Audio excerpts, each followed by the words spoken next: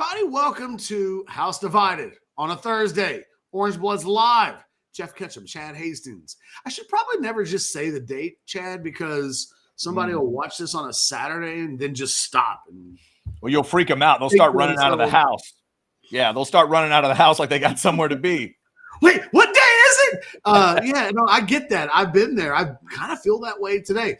Guys, like, comment, subscribe to the page. You know, we do that stuff all the time. We're creeping up on, I believe, 25,000 subscribers. I'm getting pissed. We haven't hit it yet, so we just need to, I do one of those things where we go on a begging spree. Hit the subscribe button, people. We're going to give you good stuff today. Don't make me yell at you. Go into the comments section. We love that. Join the Specs chat.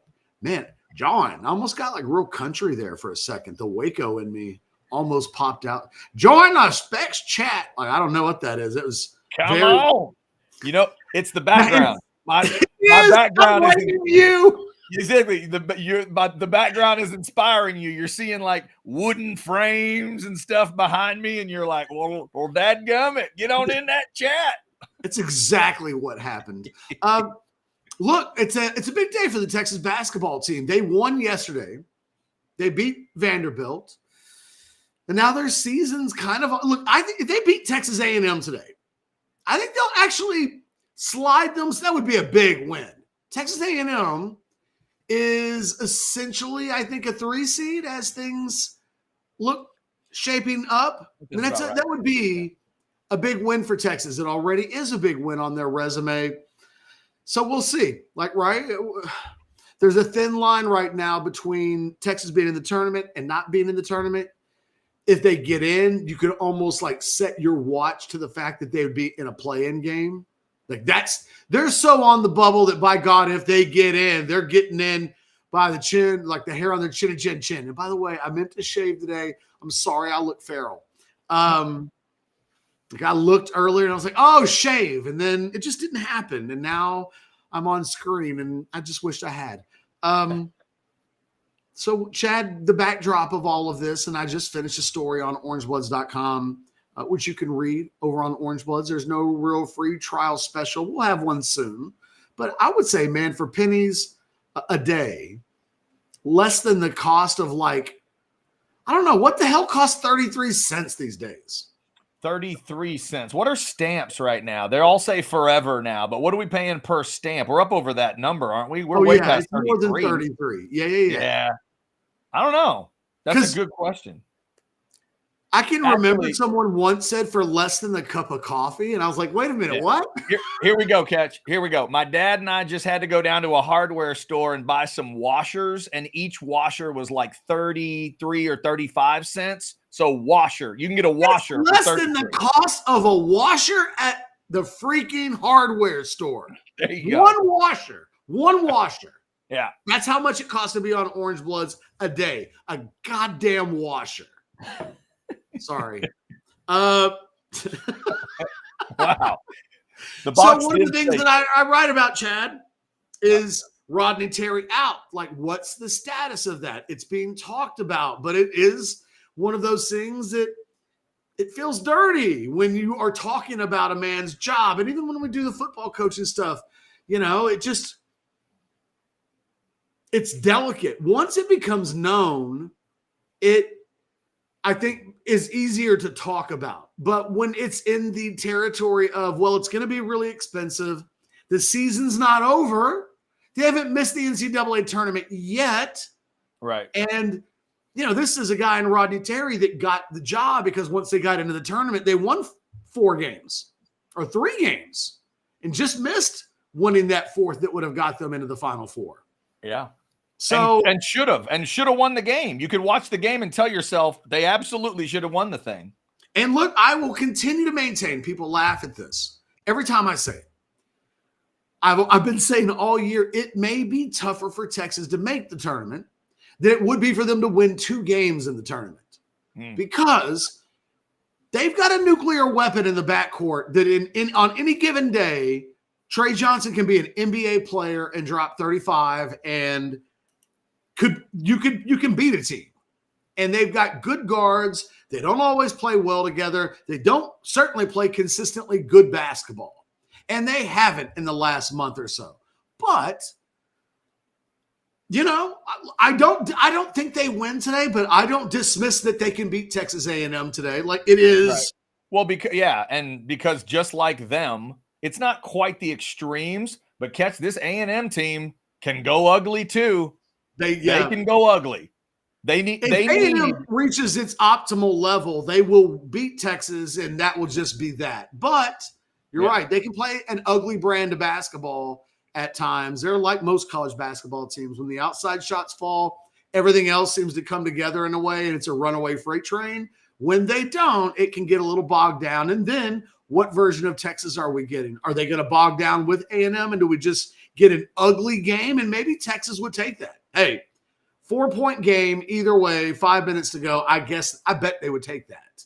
Yeah. Texas A&M might have a higher standard. Like, hey, we'd like to play 3 of these over the course of the next few days. So how about we not play a hard 40 today? A&M would probably like, hey, can we make this a really hard game for only about 30 of the 40 minutes? And maybe 10 of those minutes are either us just playing out the game, or how about that 5-minute stretch where we separate and then, we just always arm's distance. I think that's what A&M would like to do today. Again, that's a team with real aspirations, I think, in the tournament. And this weekend, Texas A&M, A&M has never won the SEC basketball tournament. So I'm guessing that wouldn't be – when Texas won the Big 12 tournament under Shaka, it felt cool for like 5 minutes. Probably be the exact same way in College Station. So there's the Terry thing, and then there is the list of names that might replace Rodney Terry should he lose the job. I think his job status is probably like this team's status. It's like 70-30. There's probably going to either not be – there would be a change because there's probably a 70-30 chance that this team doesn't make the tournament. And the vibe that I get is that Chris Del Conte wants to make a change. I think he's a guy that likes – I had a source tell me in the article that I published over on Orange Bloods that Chris Del Conte likes to collect stars, and the stars are his head coaches. And it's so true. Like, every time that guy makes a hire, other than you might argue the two situations that have been kind of forced on him, I think Steve Sarkisian to a degree, because I think in a world where Chris Del Conte were making that move and his favorites had been having good years, I think before Texas ever gets to Steve Sarkisian, I think it could have been a James Franklin. I think it could have been a Mario Cristobal. Like, those guys were trial ballooned, and then the trial balloons blew up. But in a world where James Franklin had one of those Penn State seasons they had last year, but he had that in 2020 instead of the dreadful pandemic year, I don't know that we get to Steve Sarkisian. I have never viewed Sarkisian as Del Conte's hire. And then I think the Rodney Terry thing. I think in a perfect world, Chris Del Conte makes a big splash. He makes a big hire. He likes to get names that people go, oh. Because when you go, oh, you ask, who made that call? Who did that? And I think people like when Texas replaced Eddie Reese, and it was like, well, who should we go get? I don't know. Who coaches all the Olympians? Let's do that. Yeah. Who's that guy? Not just all the Olympians. Who coached that guy? Who coached the guy I'm thinking of right now? Yeah. Oh, him? Yeah, go get him. Go get him. Go get him. And it was like, and even the swim coach hire was, okay, that's who you are. So I think that the next hire would likely be a kind of hire. And needs to be. That wasn't Rodney Terry. Like, that is, you can just tell, like, they made Chris Del Conte certainly would have been a part of the decision that, yes, this is what we're going to do, but that wasn't his natural instinct. That is not, in a perfect world, him left to his druthers with no further context. He's going after somebody that when people say Texas head coach blankety blankety blank, people think like, damn, Chris Del Conte did that. He's a badass. And I think that remains true in this situation. All right, if you guys want to throw a super chat in, it'll go right to the top. We do have a couple. We have a buy or sell that I want to catch his thoughts on here. But if you want to send a super chat, It'll go right to the top. As we crank up, let's give Texas Card House their love. You see Texas Card House right there every single day here on House Divided. Also, check out hijackpoker.com. Online poker is back. For those of you in the great state of Texas, you can play online poker whenever you want. You can deposit and cash out at one of their locations. You can also deposit money different ways. Get that app. You can put it on different devices, all kinds of different devices, and get to playing today. Shout out to Texas Card House. Again, throw us a super chat. We'll go right to the top. Let's clarify one thing here real quick, Catch, because we may have solved part of the mystery of the subscribers. Text Guy says, every other time I hit the subscribe button, it unsubscribes me. Text Guy, figure out which way it subscribes you and then stop. That's what you do. I know what you're talking about. You click, you're subscribed. You accidentally click it again, it unsubscribes you. Go ahead and click a third time, subscribe again, then stop. Just got to know when to stop. Make sure you get that done. Thank you for all of you that subscribe. Catch, here's what they want to know. Is it this far? Buy or sell CDC has already reached out to inquire about potential replacements for Rodney Terry. I mean, I think a good Boy Scout is always prepared. So I think there's due diligence taking place for sure. Yeah. Like I don't think that it kind of depends on what you think of when you hear the words reached out, maybe. Like that, those words are doing some heavy lifting in this buy or sell. Look, one of the reasons why I think when we talk about the general manager position in the football program, one of the things that I said is really important, I think, okay, Steve Sarkisian may not feel this way. And hell, maybe the people that hire Chris Del Conte don't feel this way. I'm a big believer that the general manager of a program, that one of his most important skill sets is you need to know all the agents. Like you need to know the agents. When you call, the response on the phone needs to be, what up, CDC? What up, Chris? What's up? It doesn't need to be, hello? Hey, guy. Hey, Mark, this is Chris Del Conte, University of Texas. No. Like his job is to be so in tune with the agent in the agent game that when it's time to make these calls, and if Jimmy Sexton is a call, you need to be able to have a good enough relationship with Jimmy Sexton that you can not get played by Jimmy Sexton. Jimmy? Good luck. Hey, good luck not getting played by that dude. But if you don't know Jimmy at all, what's going to happen to you? No, you're right. You're right. You got to know. You have to know that situation. And so as this is taking place, Chris wouldn't have even known, like he wouldn't have even needed to make calls, I think, this month. He's had these conversations. He's talked to the agent of John Calipari at some point over the course of the last 6 months. And hey, man, what's Cal's thing? Just curious. Like what would that look like? Right. And if it's a, hey man, we might be looking for a coach in a month, heads up, like that stuff happens. Yeah. And also an interesting detail, Catch, that you wouldn't be getting Calipari from Kentucky anymore. That's always been that crazy shadow hanging over his situation. The man's not there anymore. You'd be getting him from Arkansas. Well, and the whole thing was like, would he risk his Kentucky legacy to coach somewhere else? Well, he's done that. It's done. Right. Yep. So what the hell difference does it make? Right. There are varying degrees of what does it mean? What does it mean to have a no compete in Cal's contract? Because I have heard that there are, like, it's a thing. And then I've heard that like it could be bypassed. Oh, okay. So what do you mean when you say a no compete in his like contract? I think he's got there. I have heard that he's got a no SEC compete clause. Like he cannot leave for an SEC job from Arkansas. That they have a no compete. Hey, you know what? I'll give credit where credit's due, Catch. If they got him to sign that, well done, Hogs. Well done. Good job. I didn't know that was the thing. So, and I've heard both things. So it's like, okay, well, yeah, you know, that's brilliant if they pulled that off. Yes.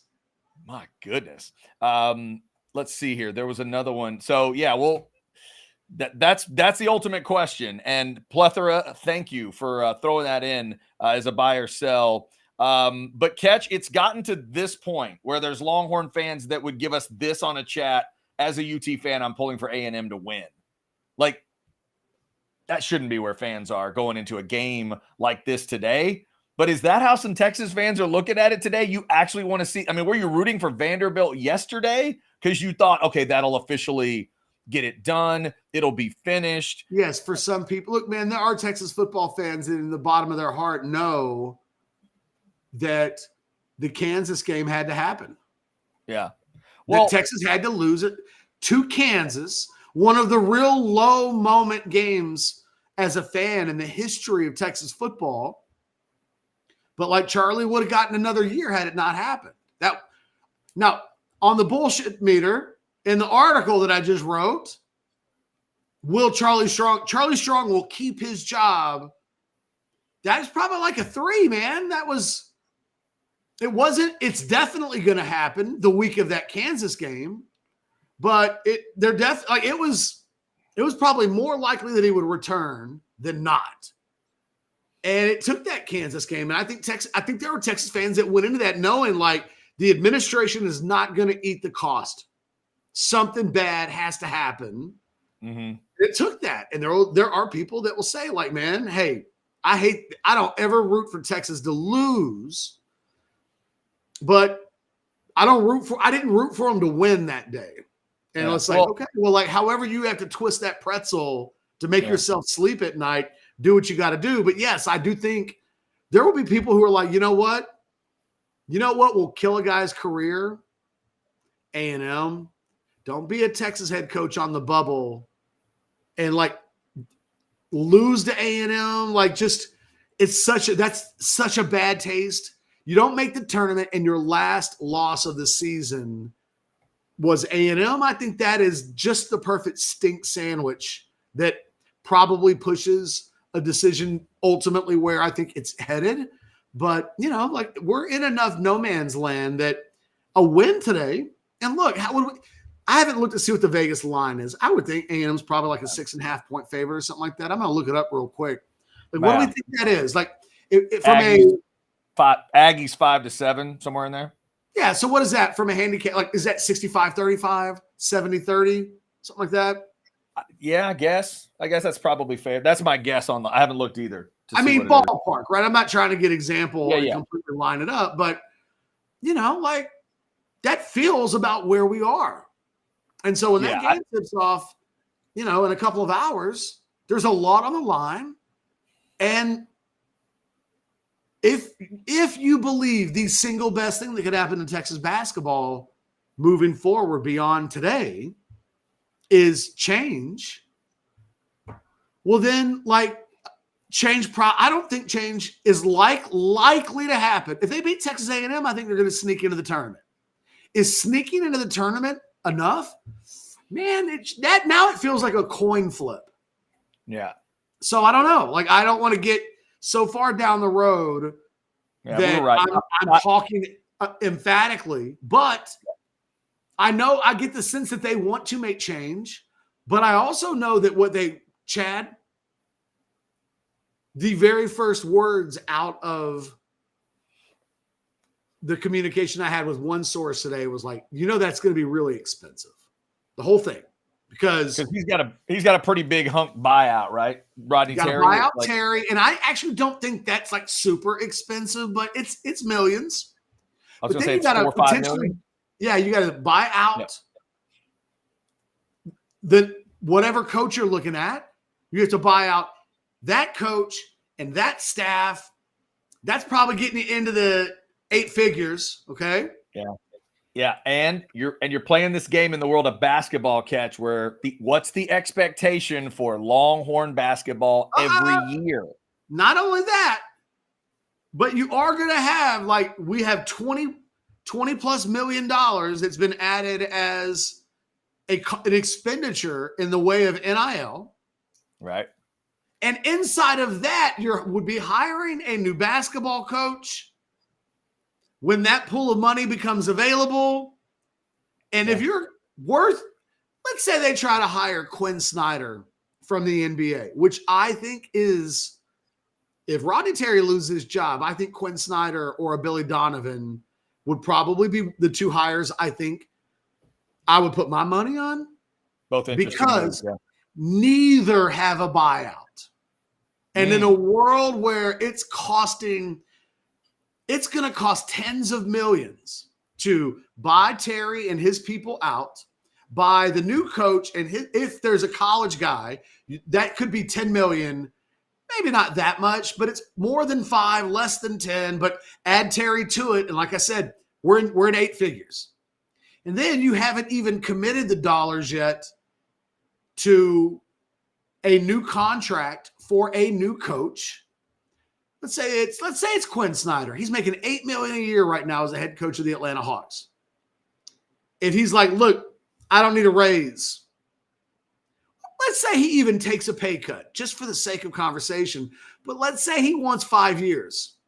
All right, so that's $35 million guaranteed in your head basketball coach. You haven't hired the assistant coaches. You haven't hired support staff. You haven't done any of those things. And then Quinn Snyder's going to say, so tell me about NIL. Like, how much do I get? I hear this Chavez women's player. I'm hearing like she's going to get like $1.5 million. Like, how are you guys potentially doing that? What's my guarantee in basketball? Am I getting $5 million? At which point Del Conte may go, we have not planned on spending $5 million a year in basketball. And he's like, well, what am I doing then? What am I coming here? So like all of this is expensive. And this might be true too. Jose says Texas BMDs don't even want to give to football NIL consistently. I don't know how they feel about the basketball investment. That's a different, and that's slightly different than the university's part. Like the university will dedicate some of that money to men's basketball. It won't be enough. The thing is, it is a lot more financially feasible to fund men's basketball if you are a niche donor. Yep. You really need one who's like, I got a couple mil for you. Go get you a point guard. Like that on top of what Texas is doing. And now maybe you're in the $3.5–4 million range. And like you're really competitive. Texas didn't get Trey Johnson because they're cheap. Like Trey Johnson did not come to Texas for free. Yeah. Why'd you come to Texas, Trey? Man, Rodney Terry's just so nice. Yep. Did Kentucky offer a bunch of NIL money? Oh yeah. They did. Austin Skyline. That's all I can tell you. I just decided that, man, you know what Kentucky didn't have? Barton Springs. I love me some. Have you been to Barton Springs in April and May anytime lately? Because the viewing is nice. I haven't, Trey. But now I get it. You turned down all of the NIL money everywhere else because of the thong bikinis at Barton Springs during the spring. I got it. I'm with you. Yeah, sure. If y'all want to throw us some super chats, we will get it. We're talking some truths and lies today, and starting with Rodney Terry and the very latest on that. Texas and Texas A&M playing at 2:30 this afternoon as we talk to you here in the 12 o'clock hour on this Thursday, 2:30 SEC Network. For that game. Let me thank one of our great partners here. Ketch was just talking about good weather and springtime. How about a little Deep Eddy vodka out at the tasting room. Always good out there because you got indoor and outdoor seating. So if it's a little chilly or windy or something, you can go inside. But they also have put in some of the outside seating. You're out in the beautiful hill country. You're out in Dripping Springs. They've got this great barbecue place right there on site. The barbecue truck, Crimson Creek Smokehouse, and it's awesome. So there you go. Thursdays through Sundays, they are open as I'm speaking right now, and they've got the pineapple Deep Eddy vodka that they're making some of these great cocktails with now. Go out there, find out what they've got for you, take a group with you, and have a great time at the Deep Eddy vodka tasting room. Catch, to me, as I listen to you talk about this and I see the chats, this is boiling down to one thing for me. And I'm going to get you to walk us back through this. Let's go to football for a comparison. Remind me why Texas went from Tom Herman to Steve Sarkisian. Well, it's complicated. There's no way to get around the fact that the eyes of Texas situation, I think, was the death blow for Tom Herman. But in terms of the sport itself, but there was no doubt. I think at that point, once Quinn Ewers and the Brockermeyer twins didn't happen in recruiting, there was a real sense that that they've lost recruiting, and that was so probably. I mean, that's pretty early. Now, look, they gave him the vote of confidence in December and all of that, but I think. The question is when? The question is why. Oh, well, ultimately, the thing that they said publicly is kind of their official response was they thought that Tom Herman was kind of the king of very good. And they actually respected the fact that, like, we know that with Tom Herman, will always be very good. But they felt like Steve Sarkisian, because of his play calling, was in a sport of very thin margins.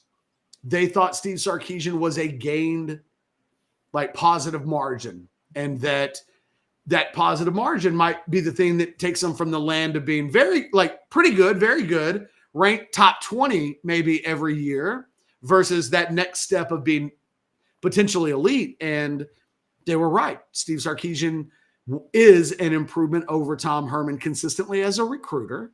I think as a program builder, he's clearly proven to be better than Tom Herman. And I think, weirdly, the area where he has not proven to be better than Tom Herman is a play calling head coach at Texas. Like, Tom Herman's offenses, when he took over, were pretty good.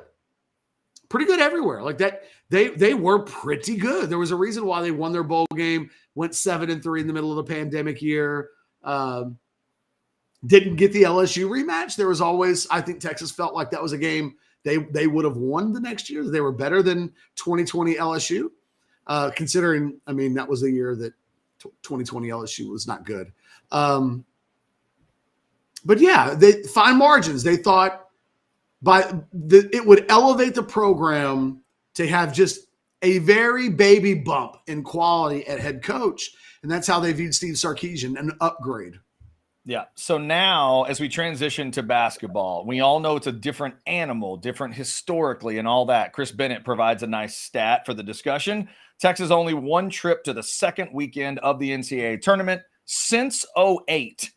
As we let that soak in, that means 2 wins. That just means 2 wins in a tournament. They've done it once since 2008. So there's a different level of expectation. So to your fine margin discussion, what's the fine margin if right now CDC deep down knows that Rodney Terry is whatever he would tell us, he's just okay, or the team just isn't consistent enough, or whatever? What are those fine margins he's looking for? Basically, where I'm going here, Catch, is no matter what happens this afternoon against A&M, doesn't this need, I mean, there's a really good argument this needs to happen.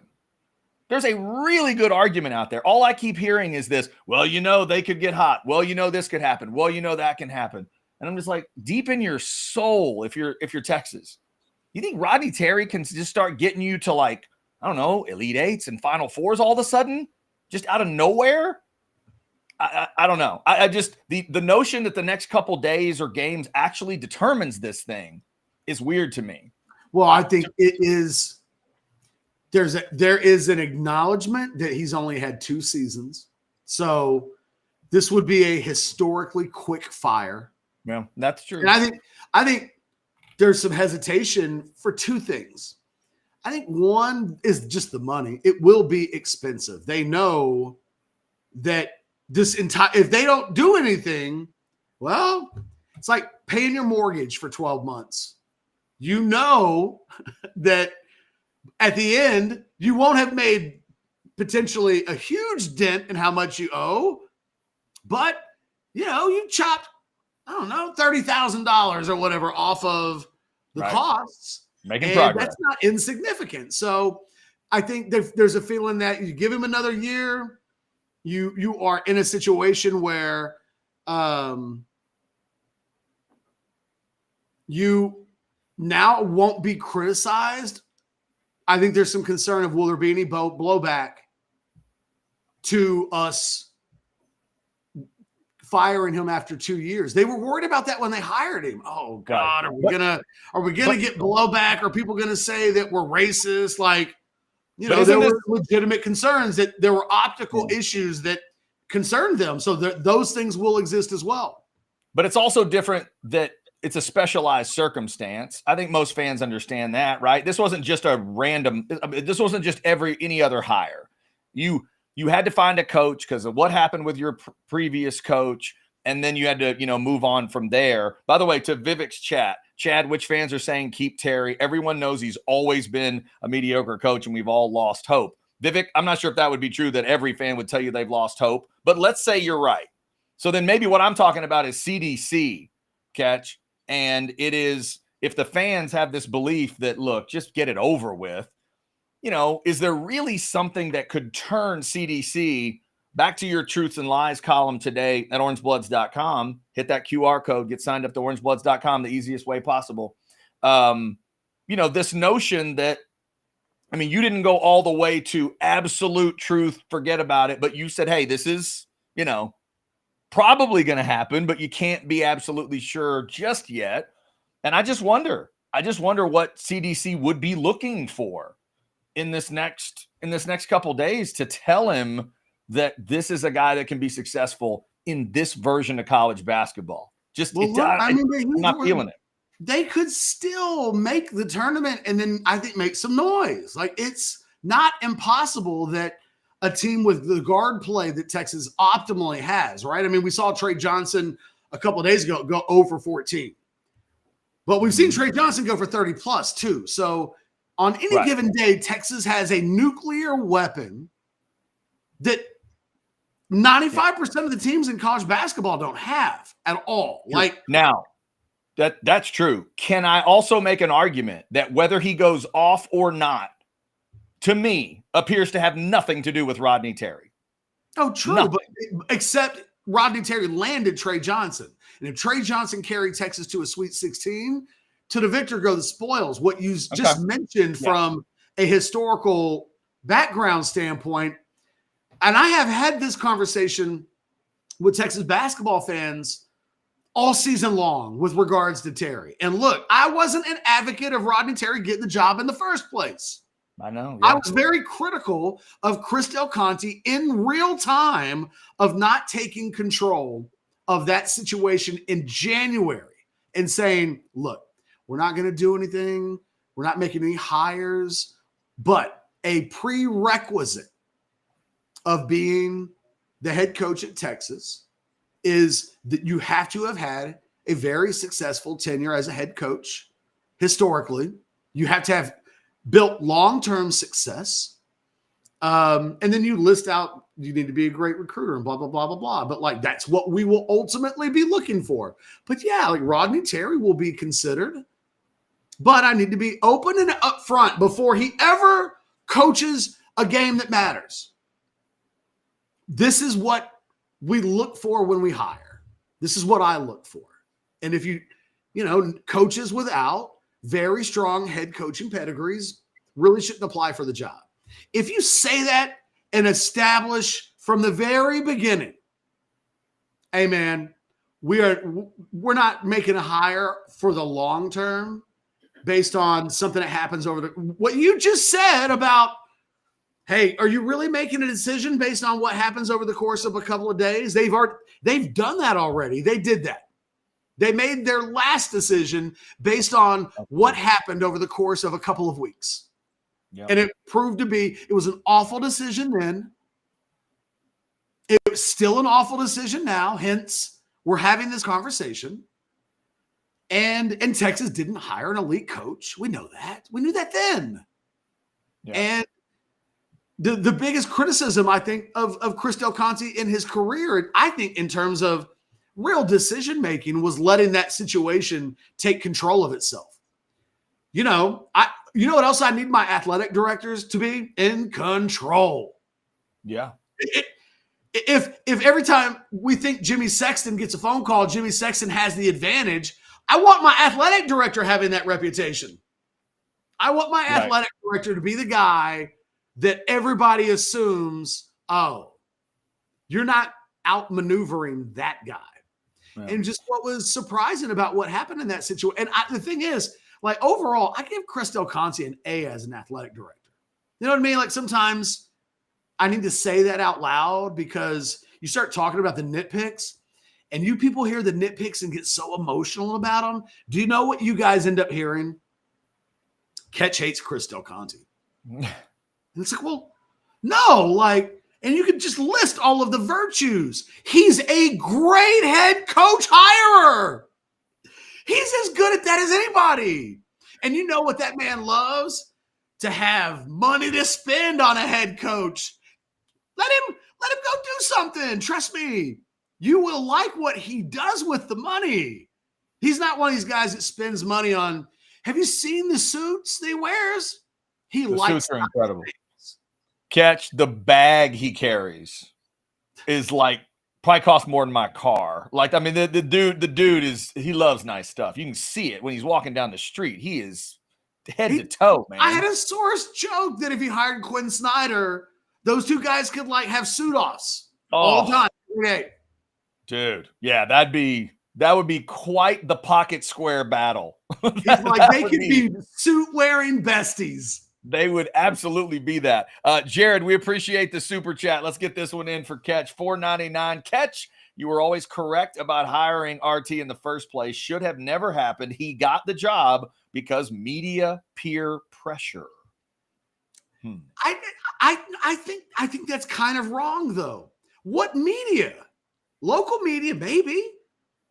But yeah, I don't remember nobody cares about Texas basketball. Yeah, we're talking about this on First Take. That's the weird part of this thing. Catch, look at this stat. Chris Bennett just pouring stats at us. This one is wild to me, but it says a lot. No one and done at Texas has ever made the second weekend of the NCAA tournament. I'm going to take a sip of water on that one.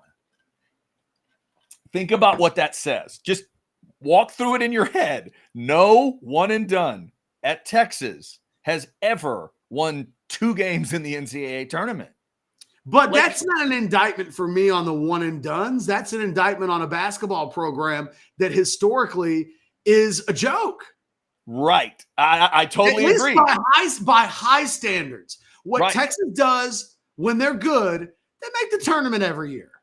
They do that. Like, they have consistently, if we go back to from the moment Tom Penders took over the Texas program, from that moment, and look, what got Tom fired? He kept making the tournament, but he wasn't winning in the tournament. He had the big 89-90 season. He has kind of the fluky 96-97 moment where they get over Coppin State, who, if I'm not mistaken, beat South Carolina in a 2-15 matchup. You get a good bounce, and that could happen this year. You know, it's not impossible that Texas has to beat a play-in game and then a 7 seed and then 15, and that's how teams get into Sweet 16s. Sometimes somebody else does the hard work, and then in round 2, it's like, oh, we're a betting favorite. Cool. So, like, anything could happen. Yeah, but the issue here, and thank you, Chris, as always, for some great stats and info. But you're getting right to it, Catch. It's about that expectation level. Setting expectation in football for Texas is way easier. It's easier. There's history. I disagree. There's Texas markers. basketball fans have set the bar. They know what the bar is. The problem is they can't find anybody to clear the bar. Okay, and the bar is get to the tournament every year and then make some Sweet 16s every other year? If you don't make the Sweet 16 in basketball at Texas, it's not a good season. You lose your job for not doing that. Yeah, but as the stat was just pointed out in the chat, they've done that once since 2008, and that's the bar. Yep. Once, right? So not a lot of happiness, Chad. Right, exactly. So and this is extra confusing because right now you are in this era of college basketball. It's weird. The talent is so way down from where we were, Catch, when we were growing up watching this sport. You should be able to take advantage of this version of college basketball. And what you've got to do, this gets us back to CDC. What's the thing you've got to have in college basketball above the NBA to be successful? The answer to that is easy. What is it? You have to be able every single year to rebuild your program on the fly. Yeah, exactly. But that is the super skill now. Right. And you have to have was Chris Beard's super skill. Mm-hmm. Yep. And Rodney Terry took advantage of that super skill when he took that team to the Elite Eight. That team was built by Chris Beard to make a Final Four run. Everybody knew it. Everybody knew going into the year how good that team was. Everybody knew they went into the portal. Chris Beard did Chris Beard things. It was built in the eye of like Texas's dream basketball coach who possessed the super skill that you have. It's what Kelvin Sampson does right now, as good as anybody in college basketball. And it's like, why is he able to do this at Houston? Because it doesn't matter where he does it. He is the super skill. And as long as he has the support around him to facilitate his super skills, we're talking about a guy that is as good as anybody in college basketball at being able to, as soon as this season ends, completely reinvent the roster and be great. And it's amazing. Yeah, it's amazing what that guy does. It is even more important for a college basketball coach to be the personality, to be the program in a lot of ways because of that quick rebuild you're talking about, that you have to have that skill every single year. Do we think Rodney Terry has the skill? No. Because so far, okay, if that's the answer, CDC's answer is real simple. You got to go find a coach with moxie. Go find a college basketball coach with moxie. We could list out guys that fit that bill. If that's what you want, if you got a bar, then go ahead. But we get back to the problem on a super chat. William, $4.99. Rodney Terry should go, but when did Texas basketball get this standard Rodney Terry is being held to? Kind of crazy, even though he sucked. Kind of crazy. Is it? William, is that crazy what Catch just said, though? He said get to the tournament and get to the Sweet 16 more often than you don't. Is that wacky?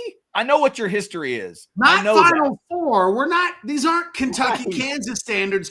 And oh, by the way, Kentucky's been to one Final Four in like the last 12 years. Right. But get to the dance and win 2 games. Kansas has only done that once in the last 5 or 6 years. Yeah, that's not that crazy to ask for. It's a wild time in college basketball. I get it, but it's not that crazy to ask for that. So it's so strange. But and Catch, to the 2 names you mentioned earlier, we could talk a little bit more about that. But you talked about Quinn Snyder, Billy Donovan, both clearly have had experience in college, go to the pros at this point, but one of them in Billy back-to-back national titles a while ago, but back-to-back natties. And Quinn Snyder has the respect in that world. I don't know where I would maybe put Quinn after. It's a long time since he's been in college, but both of those guys would feel like that step up, right? And would feel like a guy that could have that super skill of doing those year after year rebuilds. Would you agree? Yeah. Because that is it. You've never been more right with something you've said than that. It used to be one thing to be Coach K, Dean Smith, John Wooden back in the day, but at least those dudes knew that this year's team and next year's team pretty much look the same. Yeah. At least they could tell you that, hey, Coach K, can you name 5 guys that'll be on your team next year? Well, of course I can. Boom, boom, boom, boom, boom. There's not a coach in America. And I'm really excited about it. Yeah, and I'm really excited. There's not a coach in America now that can even come close. Hey, coach, give me 5 guys that'll be on your team next year for sure that you're pumped about. Man, I can't do that. We're not even close to that yet.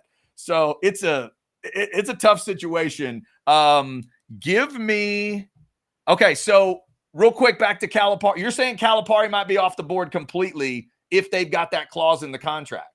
I was told he would be the most expensive option Okay. that Texas would take. That was not an absolute no. That was, oh, you want us to spend as much money as humanly possible. Maybe. Okay. I don't know. Like, you tell me. And right. Because that's where you get to the Texas basketball thing. We know Texas basketball has a level of importance you'd like to hit, but is it that important? Is it figure out how to get Calipari out of Fayetteville important? Because that's right. Look, I'm telling you, I think there's a sense behind the scenes. It's going to cost them about $8 million a year, probably on a basketball hire, to get a guy that's one of the, I think, the kind of hire that Del Conte likes to make a hire. It's going to cost about 8. The good news is the last time when these things have happened in the past, you remember Sark was making 5. So what they couldn't do before Sark got good and thus became the number 2 college football coach in America right now on the pay scale behind Kirby? I think that's right. Yeah. I think that's right. Yeah. Before that happened, it was like, we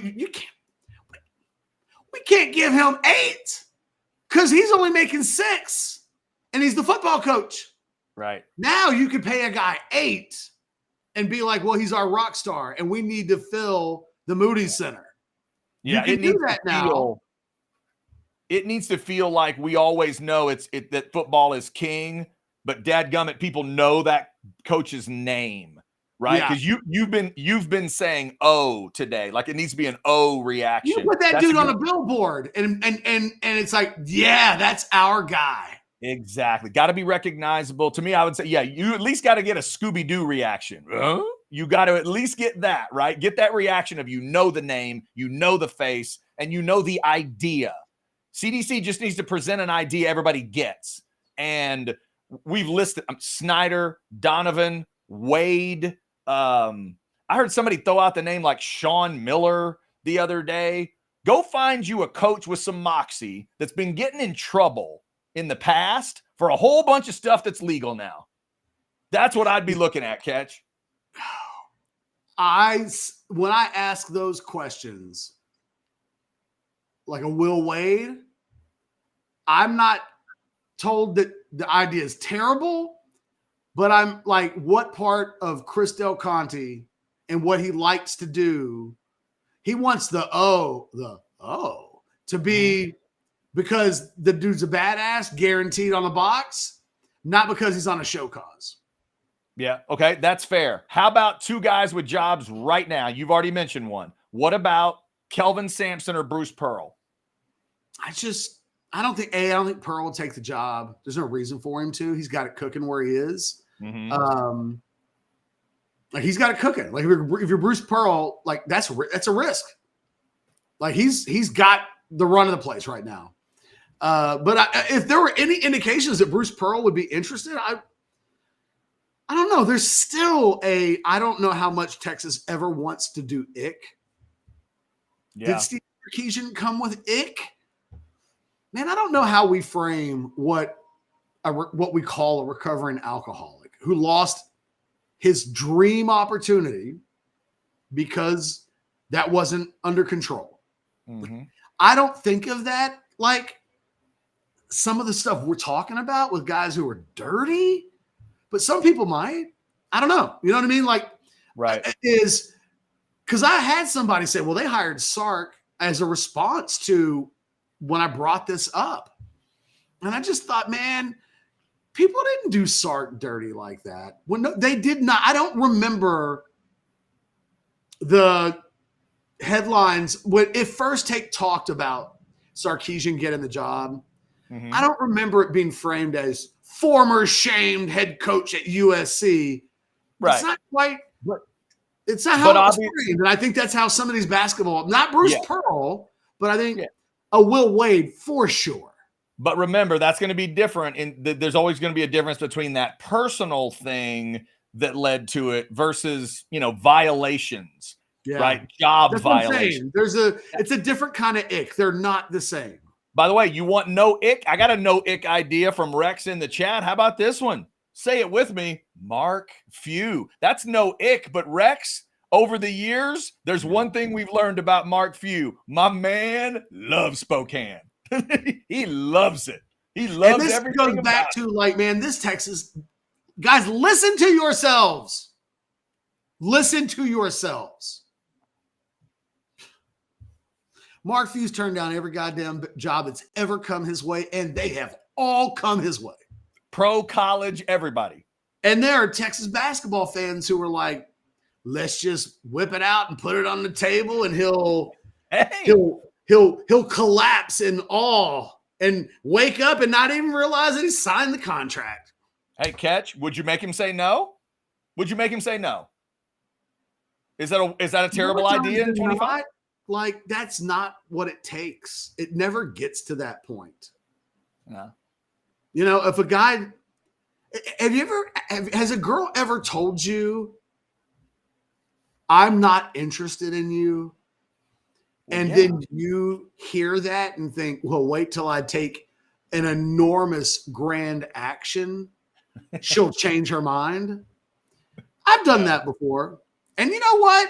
I can't say that it's failed every time, but I have also,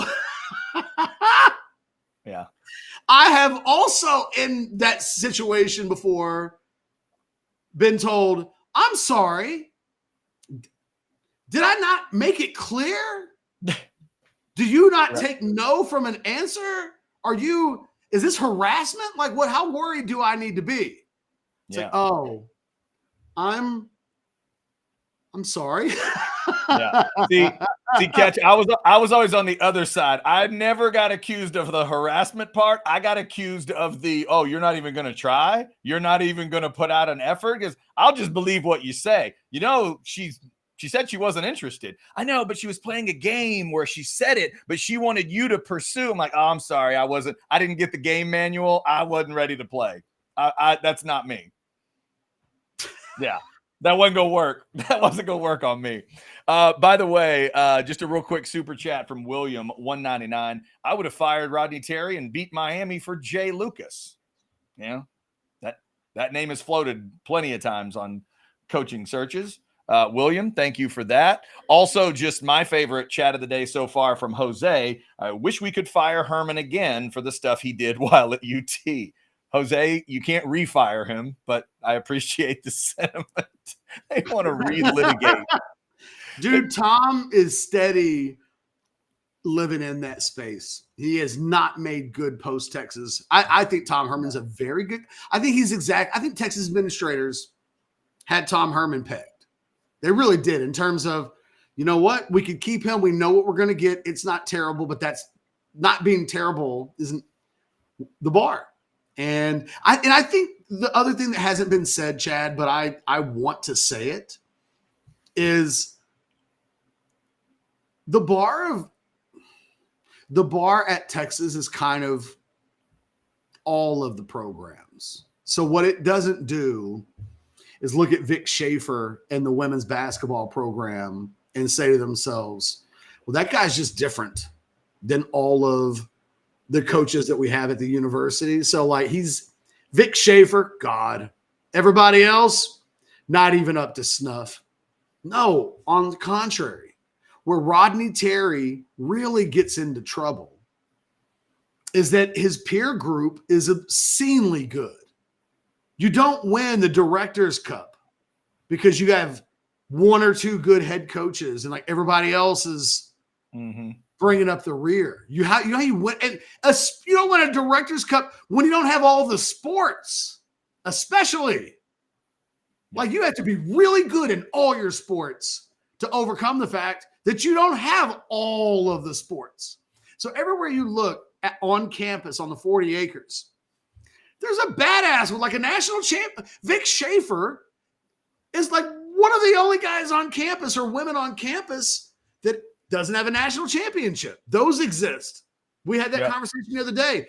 If you're Vic Schaefer, can you really put yourself into a conversation with a Jarrett Elliott who has multiple national championships in just the last couple of years alone? And it's like, geez, it's tough sledding out there on the who's the best coach on campus discussion.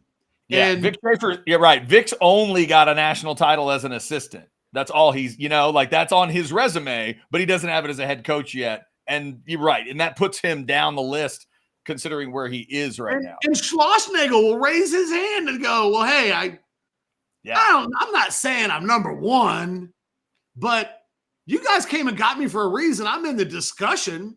Right. At which point Mike White raises his hand and goes, well, if we're being completely honest, I'll take my resume and put it up to Schlossnagle's last 10 years. Let's go.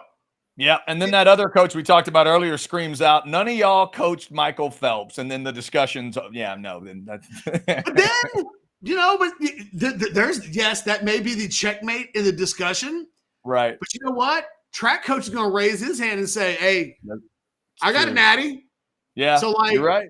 If we're having a conversation, everybody the only people that can be in this have to have natties, right? You know, and then, so what do you have? Then you have Rodney Terry sitting over in the corner. Rodney.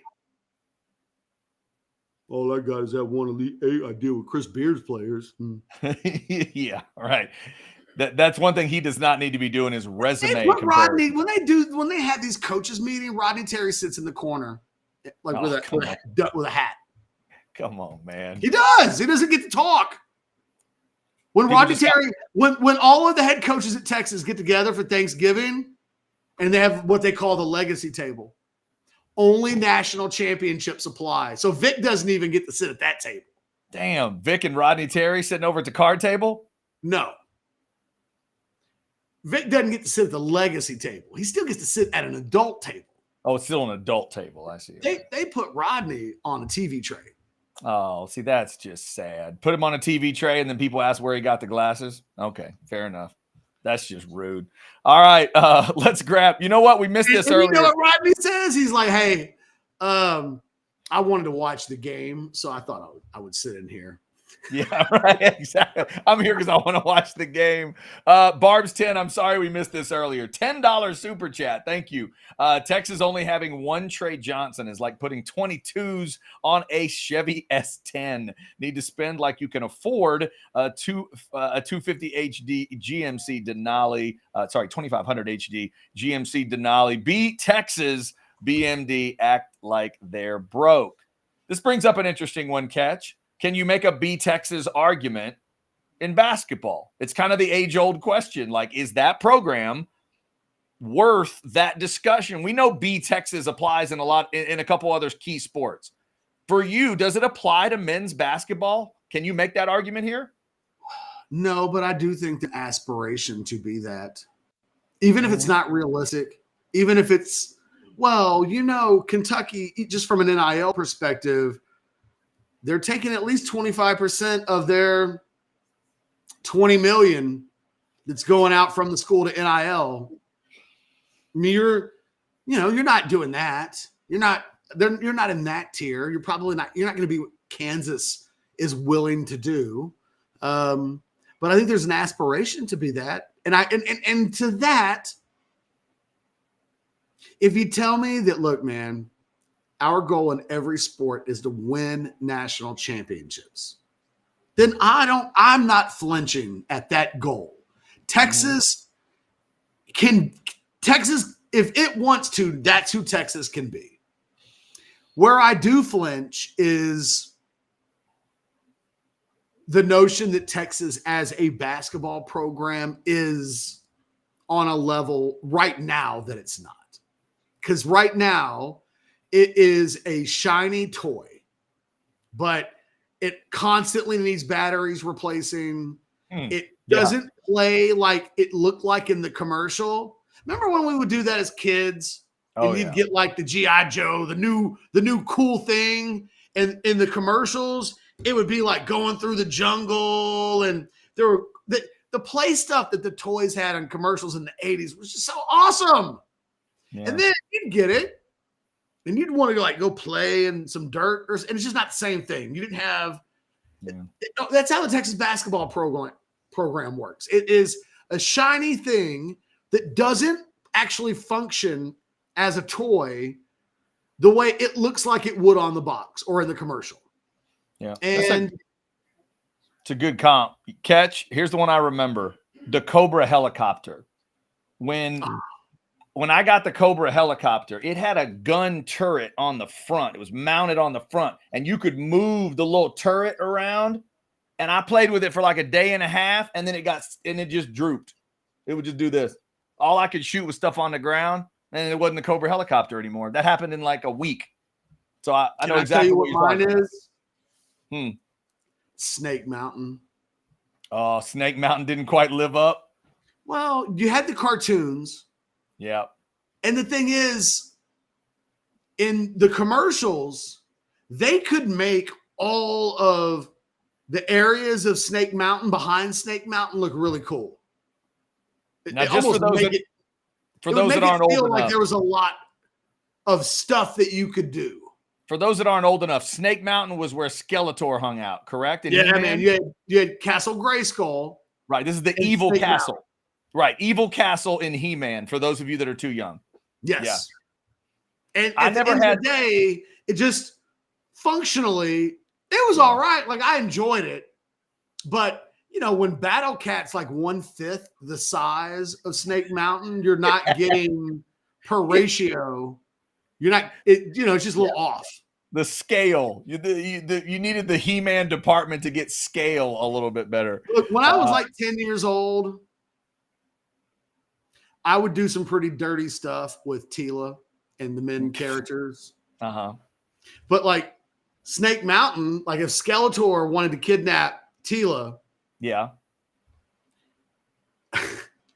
The rooms in Snake Mountain weren't even big enough for them to lay down. Yeah, that's not good. Yeah, you got to have better. You got to have better sizing there. We cleaned up all the super chats from earlier. I think we grabbed Barb's 10, and I'm sorry I missed that one, but we got them all cleaned out. If you want to send us one, it will go right to the top. Thanks to over 600 of you in the Specs chat. Let's hear from Lisa. Little Specs. Hi, Lisa. Little Specs never hurt anybody. Get stocked up with the weekend coming. Here you go. At Specs, it doesn't cost a lot to turn a good time into a great time, especially if you like saving money. From connoisseur collectors to aficionados of ale, you'll find bubbly bliss at any budget with a Texas-sized selection of world-class wines, rare spirits, craft beers, and more.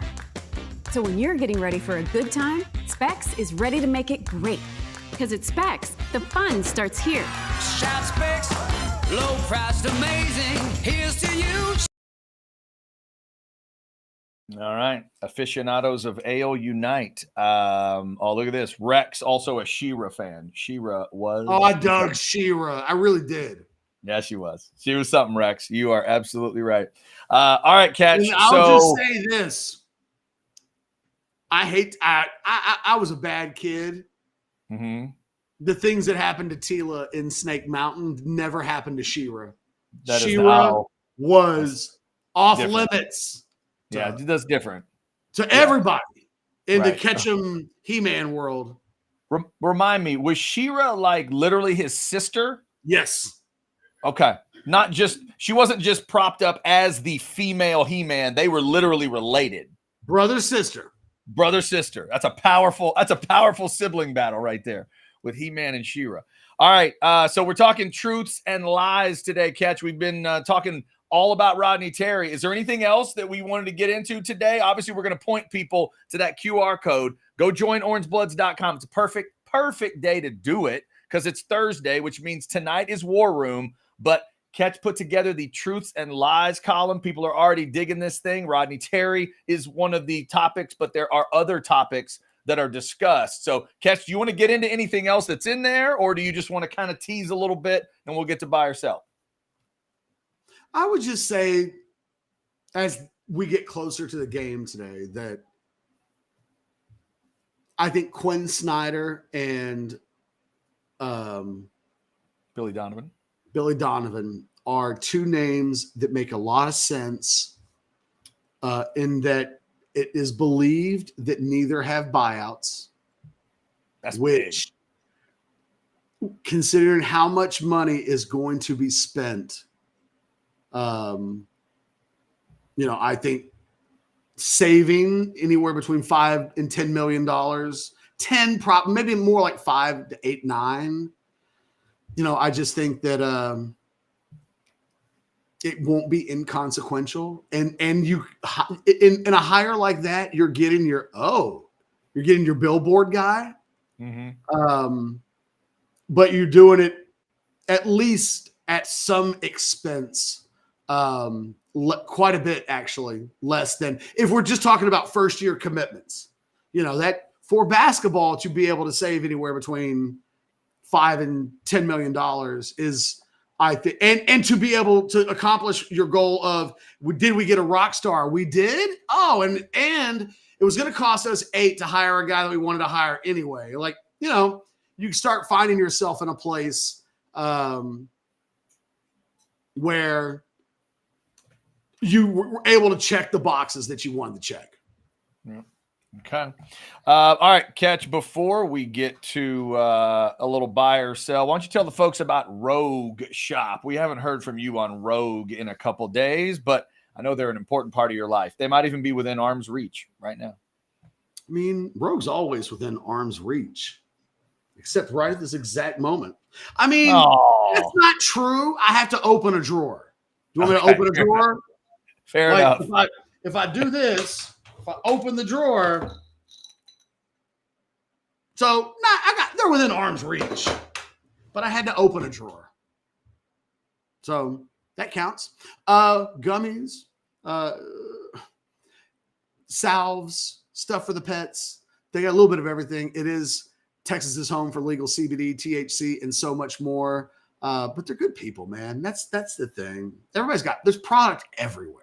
My God, there are shops everywhere. I don't know that they're owned and operated by people that I trust, like Richard and Shar. I know that when I'm on the website, go to rogueshop.com, Shar is there to answer questions anytime I ever have any immediately. She's so nice. They're such good people. They're Longhorns through and through. Like, Richard cares. In fact, he's even approached me and been like, we should run some promotions where a percentage goes to Texas NIL. And I was like, something to think about, but like that, I don't know how that works. I don't know. But like, he loves Texas athletics so much that it's the kind of thing that pops into his brain. Go check it out. They're Longhorns through and through. They care. They'll take care of you, and they've got great product. Shout out to Rogue Shop and all of our great partners. All right, Catch. There we go. All right. I thought I said my mic was muted. I think I'm back. Anything else we want to hit before we get to buy or sell? No, man. Let's do buy or sell. I'm ready to go. All right. First or second? I'll go second today. The one bad thing about the article that I wrote today was that I showed up pretty late today. So I got you. All right. We will start by going back to yesterday's Arch conversation briefly. Buy or sell number one for now. Let's put that Arch Manning number at 25 yards a game rushing. That's 325 through 13 games. You're good with that? Yeah, I'll buy that. Good. Go. I'm completely comfortable with that number. Okay. Yeah. I think I am too. Once we added it up like that, I don't think that 300 neighborhood, 350, even 3 to 4. I don't think that's crazy, a crazy level. Catch to today's game, buy or sell number 2. If Texas beats the Aggies today, they'll be in a play-in game in bracketology tonight. Whoa, buy, they better be, or they won't, I don't think, be in it tomorrow or you know what I mean? The day afterwards. Like this, this needs to be the win that moves them in at least into that territory. And then if they have to hold off, they have to hold off. Yeah. Not that beating the Aggies is like the craziest thing, but like you pointed out, Aggies are kind of that 3-4 seed area. So do you think the win could be enough to push Texas into safely in the tournament? No. Okay. No, they're going to have more. Not going to be on the last 4 in. Yeah, gotcha. Okay. And I think they need to scoreboard watch and hope that the likes of North Carolina and a few other schools don't have deep tournament runs. Catch, I thought of you on this one because I saw this out of a G5 conference. Buy or sell number 3. The AAC will set a minimum of $10 million per school for NIL revenue sharing. Other G5s should do the same thing. It'll likely happen, so I'll say buy. I think, this stuff's just still evolving. So I think what that sentence should probably say is the AAC is the first conference to set, because I think it's not a question of others should do it. They will. It'll happen. And what's really interesting about that is that they have language set up that your conference membership can be revoked based on a vote of the other members if you're not hitting that, which doesn't mean if you're Florida State and you want to get out of the ACC, you just don't pay NIL for 3 years and then you're out, because no, they would still have to vote. And then the ACC could go, we see what you're doing, sneaky. And you know what? Yeah. We vote no. We're not voting you out. So, but there are some conditions that will incentivize schools to make sure they do it.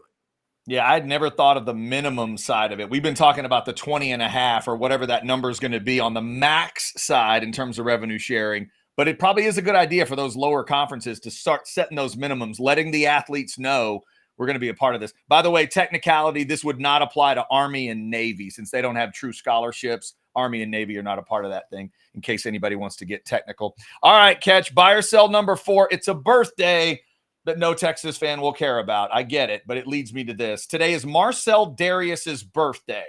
If you could change one play in Texas football history, that play is not the one you pick because it was too early in the game.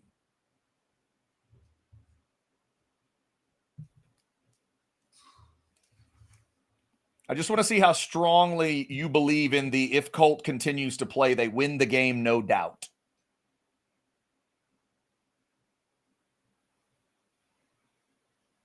I do believe that.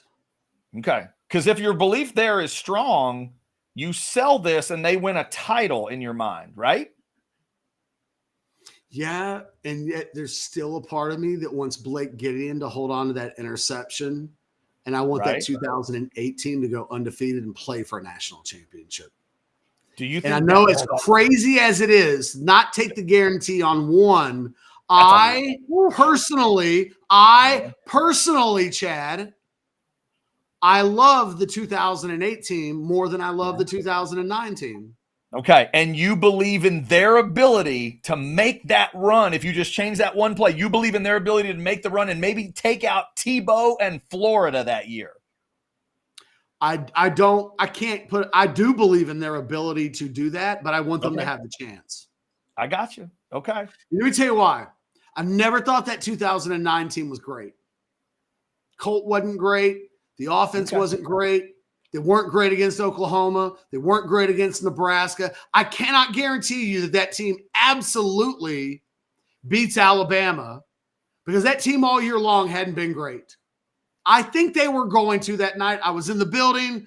I can only tell you and describe to you the buzz in the stadium and the high and the momentum that it felt like Texas was on. Okay? I got you. That team wasn't great, and 2008 was, and they were robbed. And personally, I will sell I would rather that 2008 team have the chance and lose than to never have that chance at all. And no matter what we want to say about 2009 Texas, they got their chance. They did. They Not did. only that, You're right. they had a chance late in the fourth quarter. They didn't win. Yeah. You know, like That's true. it is what it is. But And I've always felt the 2008 team received the harshest fate of any team in any football team in school history. Gotcha. Okay. And for you older fans that might be thinking, don't you just change one punt play in the Cotton Bowl? Trust me, that's probably where I would go. But I get it. And that's a probably, you know what? I'm okay with that for sure. Because we know that one play would directly, I mean, that is a guarantee. That's about as guarantee on the box as you could get to your, to the analogy you always make. That is the biggest guarantee on the box. Yeah. All right, Catch. It One also other means that what Fred Akers gets the rest of the decade. Yeah, that's true. Right. That changes that would change a few things. I don't know. And I honestly don't know what that means. Yeah. Does the Freedom is 85 and the Freedom Bowl, does that ever happen? If Texas wins a natty in 83? Right. What happens to A&M if Texas wins a national championship in 83? Yeah, great question. I know A&M's cheating even more than they ever cheated before. If you think those SMU cats were drawing up contracts anyway, that's what I'm saying. What happens? That's a good. Think about all of them. Think about every big donor at SMU, A&M, Baylor. Like line them all up. If Texas wins the Natty in the Cotton Bowl in early '84, what the money would have already then? been at NIL standards in 2025. My God, there'd have been Trans Ams lined up around the state. Are you kidding me? Eric Dickerson was getting multiple Trans Ams years before that would have ever happened.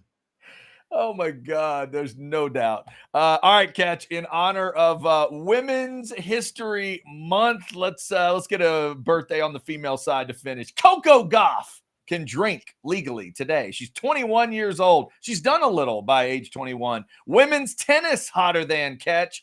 Prime on prime. Coco Gauff hotter than Venus Williams. I mean, I think the answer is bye, but I'm going to sell just because I love Venus. I love Venus. These two are incredible to me. And the reason Venus. I stand for Venus, and I won't ever be ashamed of that. The reason I comp these two, Catch, to me, I think it's a fair comp because they have the same demeanor to me on the court, that controlled rage at times, but like it's so, I mean, Venus always had that, like the robot that's going to rip you apart. Serena didn't quite have that vibe to her. And Coco at times when she gets on, it's that, that cool stare and just that whole thing, but both of them are incredible. So I had a girlfriend in high school. Mm-hmm. Who I would say favored Venus in that I think she was tall, kind of long. She was long and lean, like and Coco's not quite that long. Yeah, not quite that tall. Yeah. Venus has always reminded me of like one of my first girlfriends, and like, first loves are first love. So like if somebody reminds you of that, I don't look at Coco and think to myself, that reminds me of this person.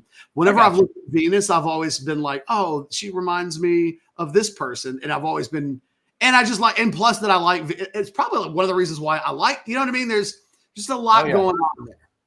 Yeah. And shout out to Venus too, man. And at her prime, she was unreal. I wish the injuries hadn't done what they did to the end of her career. All right, Cats, that's my 5. What do you got? Buy or sell. Number 1, Quinn Snyder at Texas makes more sense for you than Billy Donovan. Buy or sell. I'm gonna sell and go with. I said Patino's name earlier in the article, Chad, instead of Calipari, and I just screwed up. And now all of the names other than Quinn Snyder are no longer in my head. Then you're mixing it up. Yeah, I'll sell and lean towards Billy Donovan. It was back-to-back titles after all. Not that Quinn Snyder didn't have some success in college, but Billy's been to the top of the mountain, man. And it wasn't quite the same era in terms of having to do quick rebuilds. That he was able to keep some of the experience, I know, for those two teams. But that version of basketball was still pretty watered down, and the talent had dried up to a certain point. Like, he still had to deal with, I think, some of the same things. I think I'd trust Donovan a little bit more. Okay. Buy or sell, number 2. Trey Johnson scores 25 plus today against the Aggies, but the Aggies still win, and the Longhorns do not make the NCAA tournament. I'm going to sell.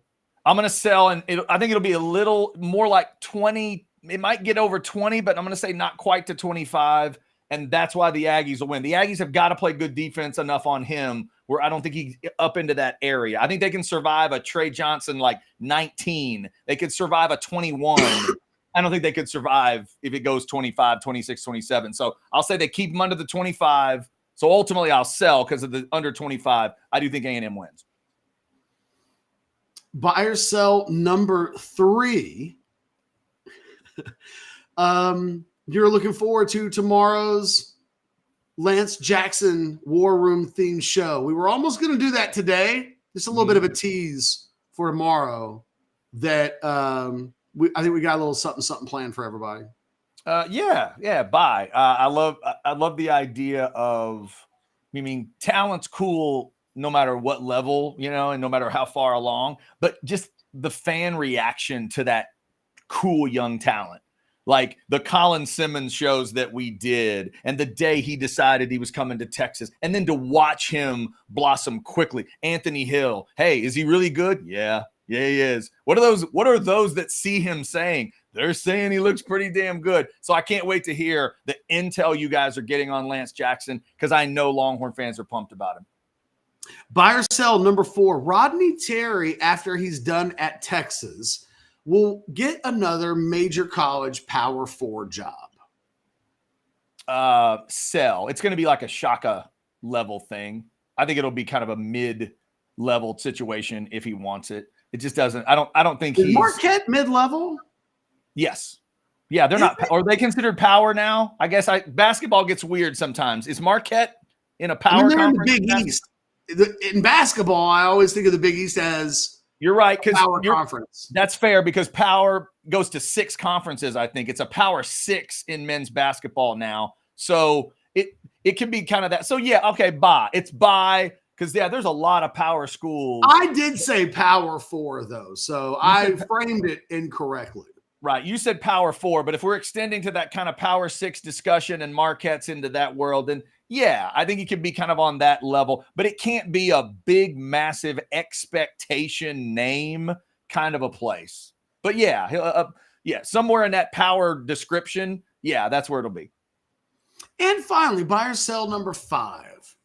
Going old school hottie versus new school hottie. Okay. Joan Baez from the good old days of the early 60s, mid-60s, and Joan Baez. Forevermore. Yes. Whatever version of Joan Baez, prime on prime. Okay. Versus Dua Lipa. You just have to take Dua Lipa. Sorry, Joan. Oh, well, that's a buy. That's a buy. And you know what? If I had a time machine and I could go find Joan Baez at her absolute peak, and then we came back here and I showed her Dua Lipa, Joan would understand. I mean, come on. I mean, that's the thing. Like the model, the woman that is it. Like, is Dua Lipa hotter than the woman that plays Joan Baez in A Complete Unknown?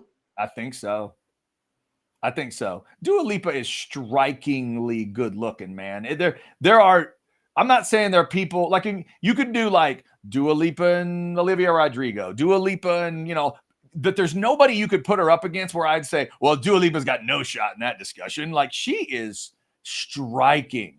So I'll give her the love there. Obviously, if you're talking, full talent, full talent tool belt, we're going to go with Joan Baez. But if you're just saying straight up hotter than, we got to go. We got to go with Dua Lipa. She's great. All right. That's how we do buy or sell. All right. Thank you all for throwing the chats in and the I've had the actress from A Complete Unknown that plays Joan Baez. Yeah. I've had her in my head. Have you? For a while. Like since I've watched that movie, she is just in my brain.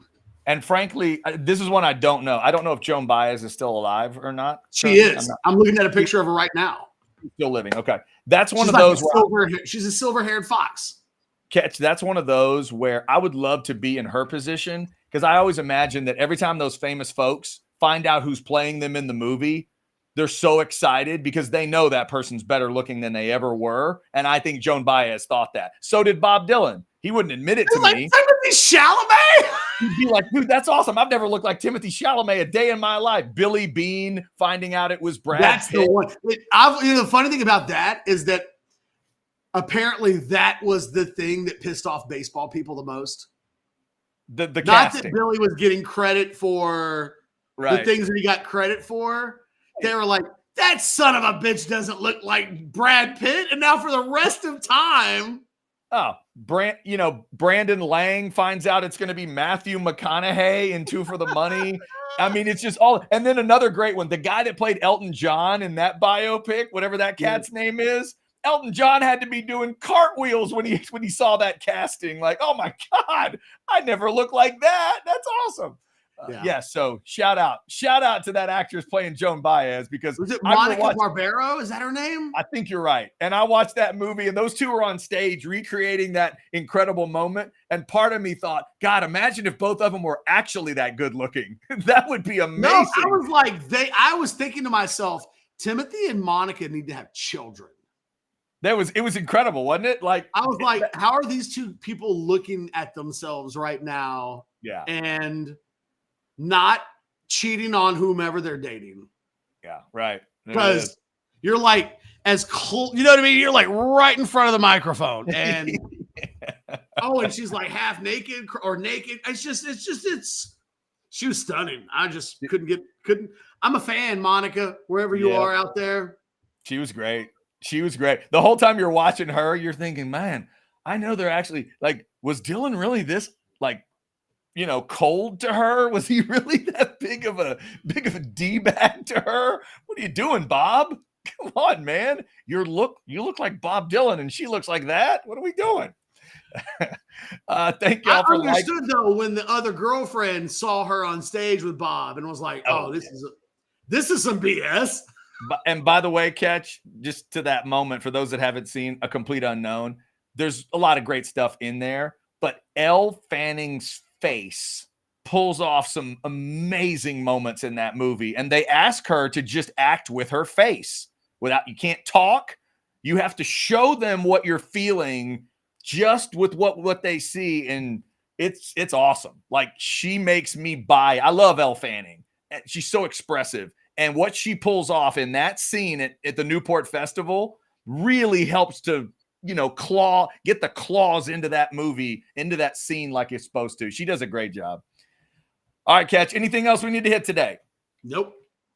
All right. Thank y'all for liking, subscribing, get your notifications. Catch told you earlier, the subscriber number is not what he wants it to be. We got to get it to where we need to hit 25,000. We haven't gotten there. We have gotten to 14 million overall views. We're up above that. Thank you so much. But please subscribe if you have not. It is free to subscribe to that YouTube channel. So please subscribe if you haven't. If you didn't like the show on the way in, go ahead and like it on the way out. We would appreciate that as well. And Big Cheddar, we'll just throw in one more mention of Monica Barbero before we exit here. Remember, you got Football with Friends coming up at 6 o'clock this evening. And if I'm seeing it correctly, what the guys were Chance's top 5 Aggies? What's that now? What were his Aggies? Chance Mock, the top 5 Aggies ended up being Johnny Manziel at 5, Shane Leckler at 4, Quentin Corey at 3, Mike Evans at 2, and based on his personal experience, Chance had to put R.C. Slocum at number 1. And I decided not to take RC out of the top spot. So there it was. You did what? I did not take RC out of the top spot. Okay. We left that one alone. I had to insert Manziel. I inserted Manziel because I thought he needed to be in there. Fair enough. Yep. So there you go. Manziel edged out Dan Campbell. That Chance tried to get Dan Campbell in there. I had to put Manziel over Dan Campbell for favorite Aggies. And Doc Hastings did agree with me on that one. So I mean, it has to be. It's Johnny, But right? I thought it was Chance's list. Why were you? The way the Mock 5 top 5 works on the Outsiders is Chance presents his 5, then Jason Dick cuts into it and replaces one if he needs to. Bo Edge does the same thing, but I am the ultimate decider at how the 5 will finish. Oh. That's how. So it's not really a Mock 5. No, it is. See, it's kind of a double. It starts as the Mock 5 top 5, and it ends as a Mock 5 top 5, if you see what I'm saying. It starts as Chance Mock, and then it just turns into a regular mock. No, you didn't have to explain it to me. I got It's it. brilliant, isn't it? Is it more brilliant that I explained it, or just that it is what it is? I kind of like that you explained it when I didn't need it. It added to the whole thing. I mansplained it for you. You see, Catch, here's the brilliance of the idea. Before we get out of here, we waited long enough for Tom G to send us $10. How about that? A $10 super chat. Switching topics for a minute. Catch next week, big TCH spring tournament week, 500K main event. Will I see you there? Whoa. I don't know. I hadn't thought about it. We'll see. I like it. Get in touch with me. Catch, are we still thinking about, even if whether the Longhorns are in or not, we still thinking about like basketball tournament at TCH, or is it contingent? Is it still up in the I think air? we're going to do it. Stay tuned. Okay. All right. We'll give people the details on that. Tom G, best of luck on the tournament. And to everybody checking out a little TCH. Thanks to Texas Card House for being our sponsor every day. Again, football with friends this evening at 6. It's the guys' last show of this week. They won't have a Friday show this week. So they'll round out the week tonight at 6. Anwar's got an old-fashioned for you tomorrow at 9, and we'll be back tomorrow at noon for a Friday show. As Catch previewed earlier, we'll dig into some Lance Jackson thoughts and updates and intel that the Orange Bloods world is hearing. Speaking of, go to that QR code in the lower left. Click on it. It's the easiest way to get into orangebloods.com and sign up that's ever been created. You'll get the War Room tonight. You'll get to check out Catch's Truths and Lies article that's out, including the latest that he's hearing on the Rodney Terry discussion. It's all there. Check it out. We'll be back tomorrow at noon on House Divided. Thank you for supporting us here at Orange Bloods Live.